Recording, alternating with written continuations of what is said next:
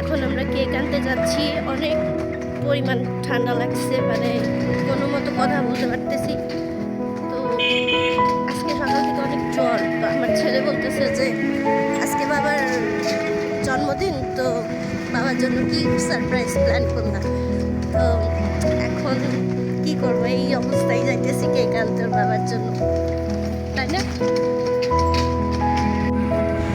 বাবুর বাবা জানেও না যে আমরা কেক আনতে যাচ্ছি, তার জন্য সারপ্রাইজ প্ল্যান করে রাখছি সকাল থেকে। সে আসবে, তারপর আমরা কেক কাটবো। তো আমরা নয়া টেস্টে আসছি। দেন আমরা একটা কেক পছন্দ করে অর্ডার দেওয়ার জন্য ওয়েট করছিলাম। তারপর বাবুকে বললাম তুমি একটু খাও কিছু, ও একটা স্যান্ডউইচ খেলো। দেন আমরা আমাদের কেকটা নিয়ে এখন বাসায় যাচ্ছি। এই যে কেক, ছোট্ট একটা কেক, সুন্দর কেকটা হাতে নিয়ে একটু ঢং করলাম, একটু সেলফি নিলাম। এই তো এখন আমরা কেক কাটবো। কেকটা রেডি করে তার সামনে ধরলাম। আসলে পুরা প্ল্যানিংটা ছিল আমার বাবুর, সে কেক কিনে আনবে, বাবাকে সারপ্রাইজ দিবে, এই জন্য।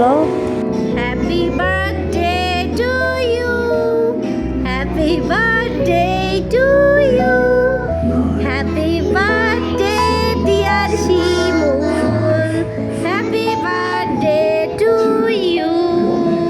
হাততালি দাও।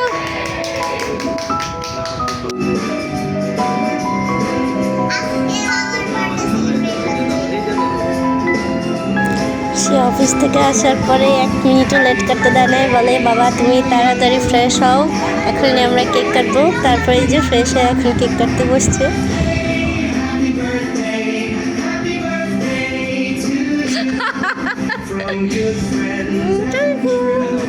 আমি খাওয়া দেবানি, রাখো।